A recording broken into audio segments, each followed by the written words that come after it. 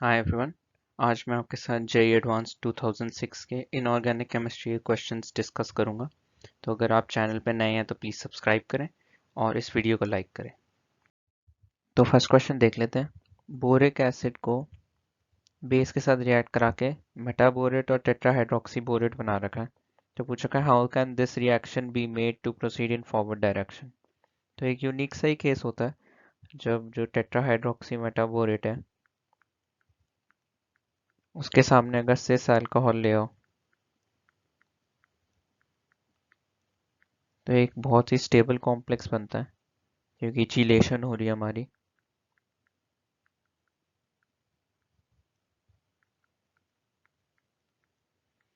तो इससे जो है अपना टेट्राहाइड्रोक्सी मेटाबोरेट कंज्यूम होगा। तो जब ये डिक्रीज होगा तो बाय लीच-चार्टियर प्रिंसिपल ये और बनने की फीलिंग होगी। तो जो अपना रिएक्शन है वो फॉरवर्ड जाना चाहेगा। तो हमारा आंसर हो जाएगा addition of cis 1 two diol. Second question पे आ जाते हैं। क्वालिटेटिव एनालिसिस पे सवाल है। A solution when diluted with H2O and boiled it gives a white precipitate. On addition of excess NH4Cl, NH4OH, the volume of precipitate decreases, leaving behind a white gelatinous PPT. तो ये तो एक case हमें याद ही होता है, white gelatinous PPT जैसे ही देखें एल्यूमिनियम हाइड्रोक्साइड को मार्क कर दीजिए, क्योंकि वाइट जिलेटिनस पीपी जो सबसे फेमस है वो एल्यूमिनियम हाइड्रोक्साइड का ही होता है।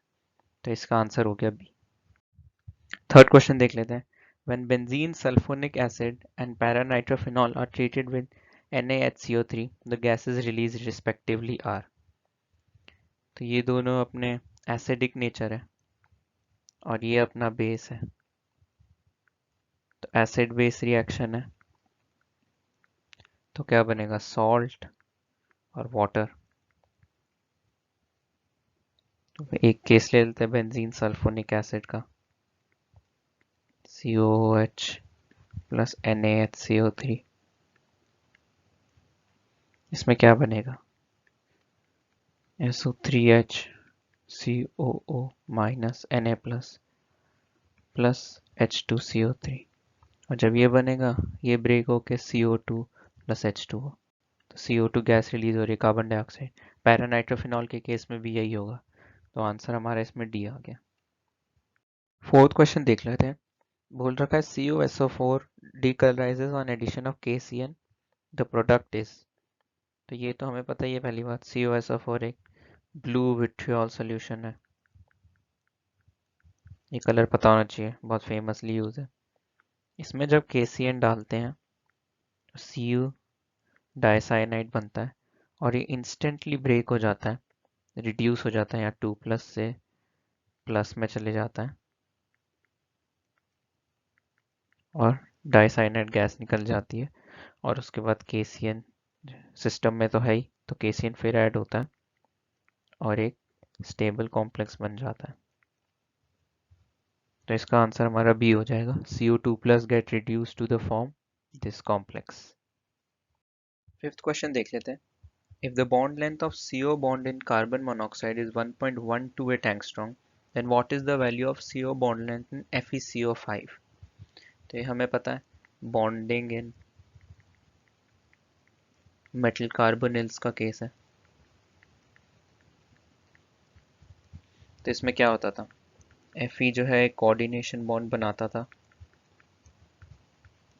कार्बन मोनोऑक्साइड के साथ, और फिर एक Fe अपना एक्स्ट्रा इलेक्ट्रॉन कार्बन मोनोऑक्साइड के पाई स्टार 2p ऑर्बिटल में डालता है।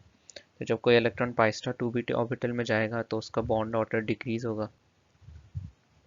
तो हम ये कह सकते हैं कि बॉन्ड लेंथ जो है CO बॉन्ड की इंक्रीज हो रही है। तो कौन से दिख रहे हैं, ए और सी दिख रहे हैं ऑप्शन पर। ए ही होना चाहिए, इतना ज़्यादा तो इंक्रीज होनी नहीं चाहिए, तो ऑप्शन ए ही होगा। सिक्स्थ क्वेश्चन देख लेते हैं। बोल रखा है कि the species present in solution when CO2 is dissolved in water. तो हमें पता ही है CO2 जब पानी में डिजॉल्व करेंगे तो H2CO3 बनेगा, ये टूट के HCO3 भी बन सकता है और फिर SCO3 2 माइनस भी बन सकता है। तो थोड़ा अजीब सा ही क्वेश्चन है, सिंगल करेक्ट था। तो मैं होता तो ए ही मार्क कर देता सारे एक ही ऑप्शन में। ठीक है, समझ लिया हमने ये। अगले सवाल पे चलते हैं। Magnesium sulphate on reaction with NH4OH and Na2HPO4 forms a white crystalline PPT. What is the formula? तो ये तो क्वालिटेटिव एनालिसिस ऑफ मैग्नीशियम का बेसिक सा केस है। MgSO4 प्लस NH4OH Na2HPO4 जब रिएक्ट करेगा तो MgNH4PO4 ये बन जाता है, और ये जो है वाइट पीपीटी होता है। ये तो पता ही होना चाहिए था, नहीं पता तो सॉल्व नहीं हो पाएगा। अब ये वाला क्वेश्चन देख लेते हैं, कॉम्प्रिहेंशन है। क्या कह रहा है ये? द कोऑर्डिनेशन नंबर ऑफ निकल इज 4। तो निकल क्लोराइड को पहले पोटेशियम साइनाइड एक्सेस से रिएक्ट कराया, तो ए तो हमें पता ही है, NiCN4 2 माइनस बन जाएगा, ये स्क्वायर प्लेनर होता है, और इसकी DsP2 होती है। दूसरा क्या है? निकल क्लोराइड प्लस हाइड्रोक्लोरिक एसिड, ये भी हमें पता है, NiCl4 2 माइनस बन जाएगा, ये टेट्राहाइड्रल होता है, और sp3 होती है हाइब्रिडाइजेशन। देख लेते हैं सवाल क्या।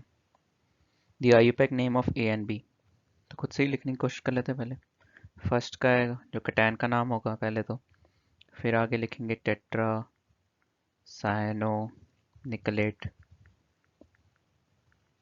2। AT से लगाया है क्योंकि अपना एनायन में हमारा कॉम्प्लेक्स, तो देख लेते हैं कौन सा सही है। पोटेशियम टेट्रा साइनो निकलेट, और दूसरा भी यही होगा, potassium tetra chloro nickelate, A सही है। फिर पूछ रखा है predict the magnetic nature of A. ये अपना स्क्वायर प्लेनर है, तो देख लेते हैं इसका क्रिस्टल फील्ड स्प्लिटिंग एनर्जी वाला बना लेते हैं। तो ये हमारी D8 स्पीशीज होती है, Ni2+, 8 इलेक्ट्रॉन भरते हैं, 1 2 3 4 5 6 7 8, ये तो डायमैग्नेटिक हो गया। बी वाला देख लेते हैं, ये टेट्राहेड्रल है, तो इसका CFSE बना लेते हैं। और क्लोरीन जो है हमें पता है कि वीक लिगेंड है, तो पेयरिंग नहीं होगी।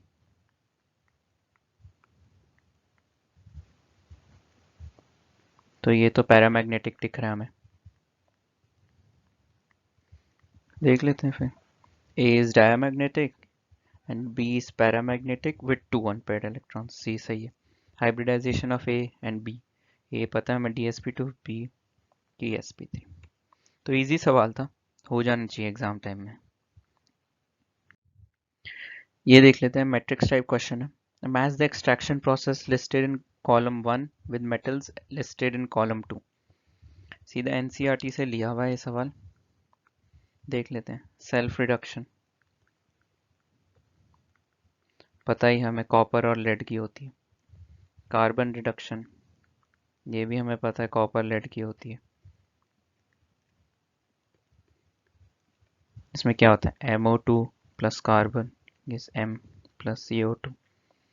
इसमें क्या होता है, CuO plus CuS gives Cu plus SO2। Balance कर लेंगे, पर सेल्फ रिडक्शन होती है कि सेम मेटल का कंपाउंड जो है रिएक्ट करके वो मेटल प्योर मेटल दे देता है। तो ए का हम मार्क कर देंगे P और R, B का भी P और R। Complex formation and displacement by metal, ये पता है, ये लीचिंग होता है, सिल्वर और गोल्ड में करते हैं हम ये। क्या होता है इसमें, Au प्लस एक्सेस KCN डाल देते हैं, सिल्वर ले लेते हैं, क्वेश्चन में सिल्वर दे रखा है, तो AgCN4 3 माइनस बन जाता है। फिर इसको हम जो है जिंक से या कोई और मेटल से एक्सट्रैक्ट हो जाते हैं, तो इसका Q का सिल्वर है। और D हमारा डीकम्पोजिशन ऑफ आयोडाइड, ये एक केस है जो NCERT में नहीं लिखा हुआ, तो पढ़ लेंगे। ये जो है अपना बोरॉन में होता है, याद कर लेंगे, अगर क्वेश्चन आया तो कर लेंगे, फिर इतना ज़्यादा इम्पोर्टेंट है नहीं। पर सो थैंक यू एवरीवन ये वीडियो देखने के लिए। अगर वीडियो अच्छी लगी हो तो प्लीज़ लाइक करें, और अगर आप चैनल पर नए हैं तो इसे सब्सक्राइब करिएगा। और आप मुझे कमेंट सेक्शन में बता सकते हैं आपको अगली कौन सी प्रॉब्लम सॉल्विंग की वीडियो चाहिए। So thank you.